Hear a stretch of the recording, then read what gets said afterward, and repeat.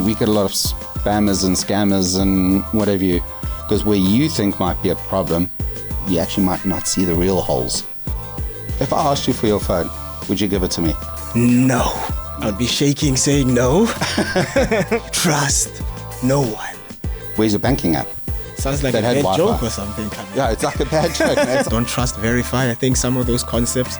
Because everyone talks about it, big buzzword, AI, machine learning, all the rest of it. It's called zero trust.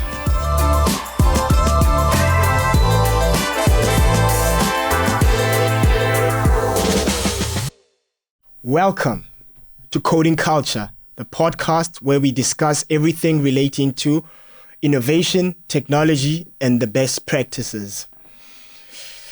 My name is Kgang. If you cannot pronounce that, you can call me Kgang.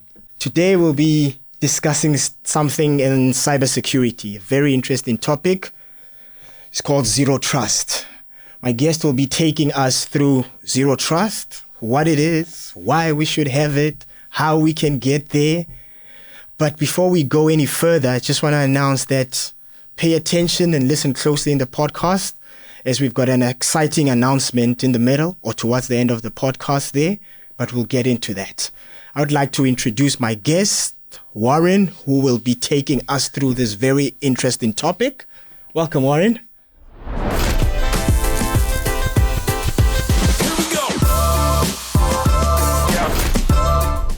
Thanks, Kgang, and thanks for having me. And I'm also excited about the announcement. I don't know what that's about. Should be interesting. Keep an eye out for that. So, zero trust. Like when I hear that, it takes my inner geek out. I start thinking of the Matrix. I start thinking of different series where I see the hacker, gray hacker there, telling the person a few things. There's a keyword that comes to mind there. It's like, trust no one. So just tell us about zero trust and the thinking behind it. All right. So I think the easiest way to think about it, if I asked you for your phone, would you give it to me? No. Why not?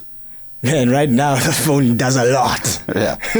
And let's say, for example, I did get your phone and then I said, where's your banking app?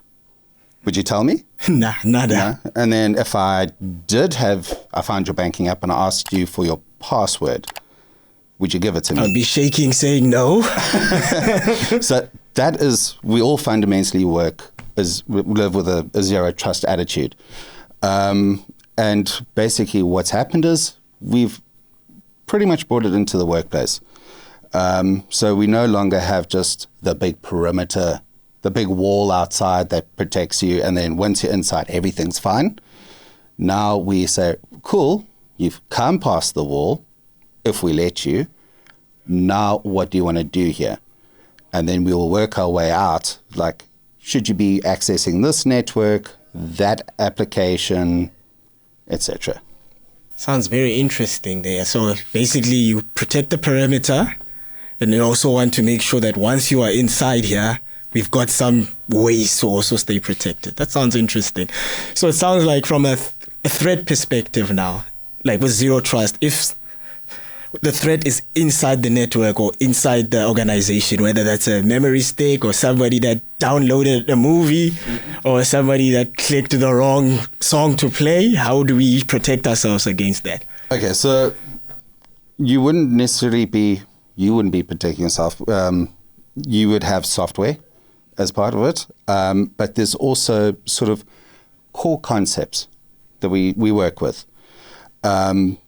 So we would want to sort of verify implicitly as to who you are. And that would be everything from obviously the plain old password. But once you get through the password and your username, there would be multi-factor authentication. Tied to that, what device are you using with your MFA, with your multi-factor authentication? From there, is that device healthy? When was it last checked? Does it actually recognize as the device that you're being on? So that's the first part. And that helps with a lot of the network perimeter identification, your first step to come in. Then obviously you would have your what we call least privilege. And least privilege basically says, what is the least amount of rights we can give you for you to do your job easily and successfully without being too much of a hindrance? Because security and convenience is a little bit of a seesaw. The more secure you are, the less convenient it is. The more convenient it is, a hell of a lot less secure it is. So we've got that little balancing act to have to do. Then the third concept of it is the idea of assume that you've been breached. So the idea is that we always think that, have we been breached? If we had been breached, what would the fallout be? And how do we mitigate that fallout? So let's say, for example, someone managed to gain access to a particular network that they weren't supposed to be, but we would segregate that network out from another network that has sort of the keys to the castle, we would call it, a database or whatever you. And that database wouldn't necessarily be sitting on another network with another database. So once someone gains access to something, they're not going to grab everything that they can and then run and smash and grab and go. It's going to take a hell of a long time to be able to get everything you need. Okay, that sounds interesting. I like the different layers of protection there.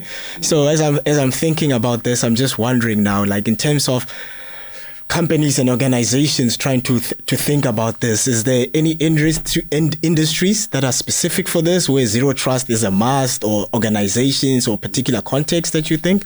So ideally, I think every industry should be doing this, from the small dentist up to large corporates. The financial sector has been adopting a zero trust approach for a long time. Before it was probably called zero trust, because, you know, people's money is moolah, baby, moolah. we gotta keep those safe. So the zero trust approach has been done with the finance industry for quite a while, mostly just because there's stipulations that need to be done and adhered to, and they've started doing this sort of multi-factor authentication. They also used to have something called identity access management, which has kind of moved towards privileged access management. Once again, giving you the least amount of privilege for you to do your job, and sometimes that even incorporates the least amount of privilege for a set amount of time. So if you're doing a particular function, you're only going to get a small amount of time for it to do before your rights get revoked. So that's called PAM. We call it, we love our acronyms and don't like to say the full thing all the time. So PAM. And segregating networks and whatever you. The health industry as well. They've started adopting the zero trust side of things. And much like when we spoke about earlier,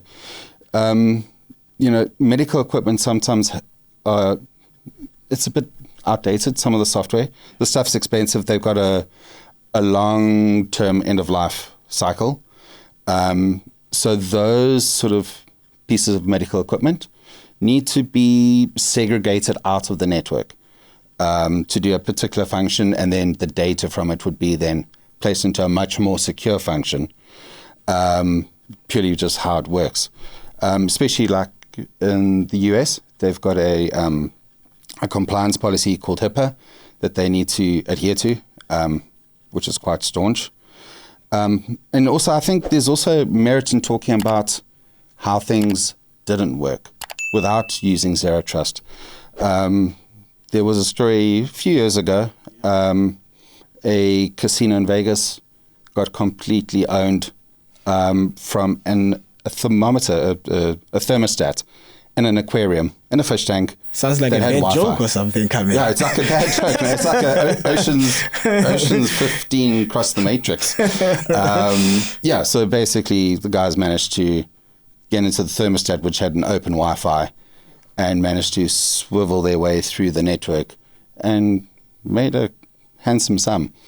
So had they used a zero trust approach, that wouldn't have happened. Okay, so now with zero trust, now it sounds like you have to have a particular way of thinking. Your things have to be set up a certain way.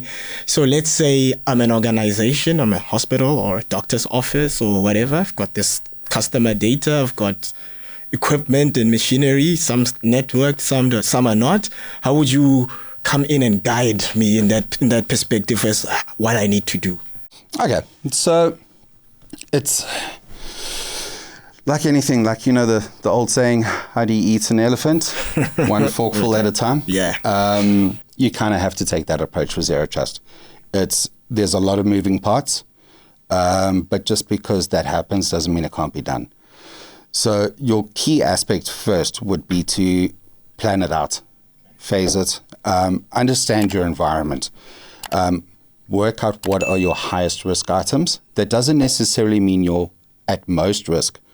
We're talking about databases of people's information, stuff that you could really get into a lot of trouble for.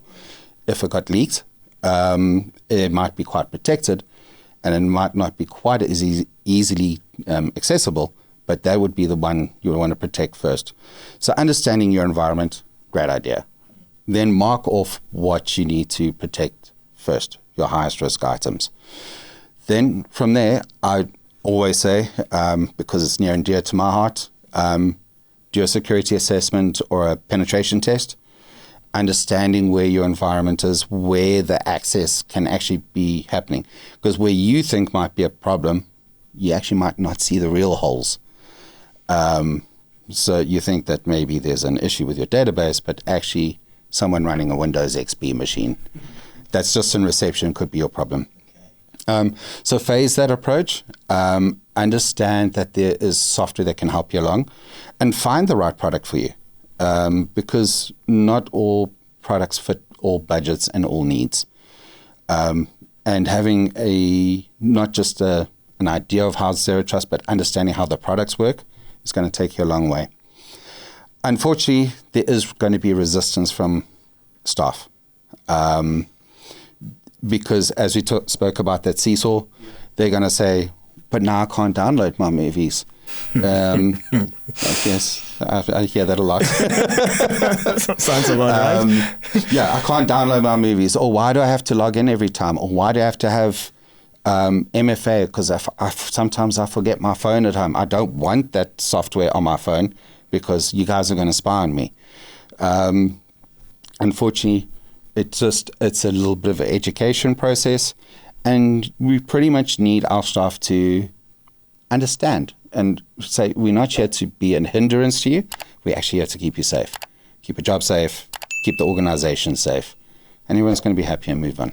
That sounds amazing. So I think as you were talking there, I was just trying to think what would be some of the limitations. Like you've mentioned one there with people and the feeling where they feel like they're getting blocked. But what other challenges are there? As positive as it is, now we've locked down things, there's less possibility of things happening, but there must be a drawback to this. Of course, there's always a drawback. It's a bit of a pick your poison scenario. So one of the things is budget. That's always a problem, because much like security is much like insurance. It's great to have when you need it, but no one really likes spending money on it. But it will help you sleep better at night. I can assure you that. So budget's a big thing. Scalability, especially for larger corporates. The more busy you get, the more you're going to need that zero trust. The more you're going to need to roll out to different aspects. So scalability is a major problem. And then once again, as we said, just getting your, it's not just your staff, it could be the board, Exco. You need to explain to them, this is actually how you're looking at doing things, and the reasoning behind it. Generally speaking, once you explain that, and we also talk about like defense in depth. So where traditionally we had the firewall, and then the other aspects of it, password management and whatever. This just takes it to the next level. So I think it's not too far a step to jump, but it definitely is a hindrance to trying to just get it done. Okay, that is very, very interesting. And now for the future of zero trust. A lot of people now are working from home. They are on their home networks. A lot of stuff now, we have to go cloud-based, make things publicly accessible. What kind of risks does this transfers. bring? Yeah. So we've started moving away. So where we used to have a normal VPN setup, and this is quite exciting, is that we've now got zero trust networks. So effectively, it's kind of like using a VPN, but on steroids. So that is one aspect that I'm very excited about. And the next thing, obviously, because everyone talks about it, it's a big buzzword, AI, machine learning, all the rest of it. That really is going to be key in moving forward. And I've also seen that a lot of the software that's being implemented and being demoed lately has a large component of machine learning and AI involved in it, which is great because you may be fortunate enough to have a security operations center, what we call a SOC, that can have eyeballs and screens 24 hours a day. Machine learning and AI just helps that.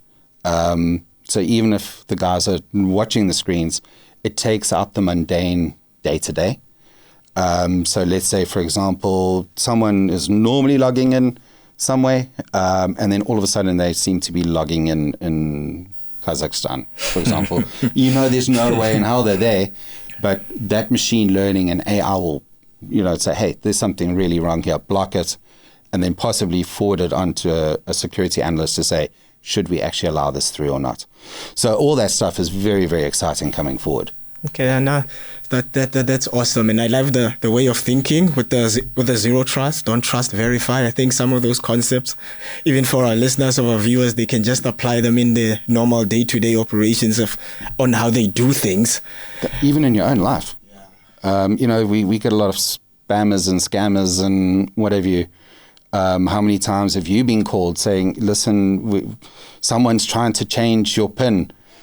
Please just give us the number, and that there's a SIM swap happening. Give us the PIN number, and we'll make it happen. Go away from you." That's when you stop and go, "Oh wait, hold on." So yeah, zero trust in everyday life is something we could all listen to.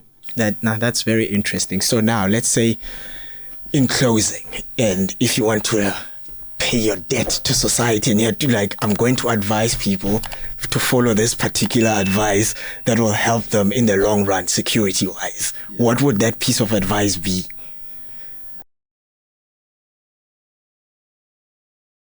Be thoughtful, take a phased approach, understand what you're looking for, how you maybe want to scale up, and do your research.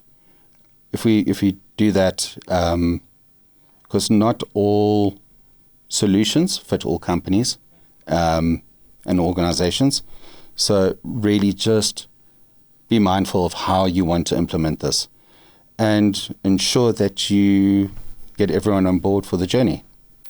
Thanks for joining us there, Warren. It has been a very, very interesting conversation. Yeah, no, and thanks for having me. I've really enjoyed sharing my insights around zero trust and look forward to zero trusting everyone. Oh, thank you. So the big announcement is we've got a question that we'll be asking. And if you get it right, answer in the comments. You will win yourself a prize. The question, where should we go? I think here's the question. What is the principle of least privilege? I'll repeat again so you get it right. What is the principle of least privilege? So go to the comments there, give us your answers, have the conversations.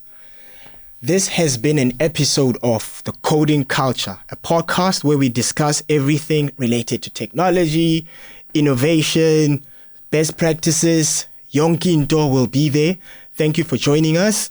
I am your host with the most, Kgang. If you cannot pronounce that, Kgang. Remember, stay coding and keep innovating.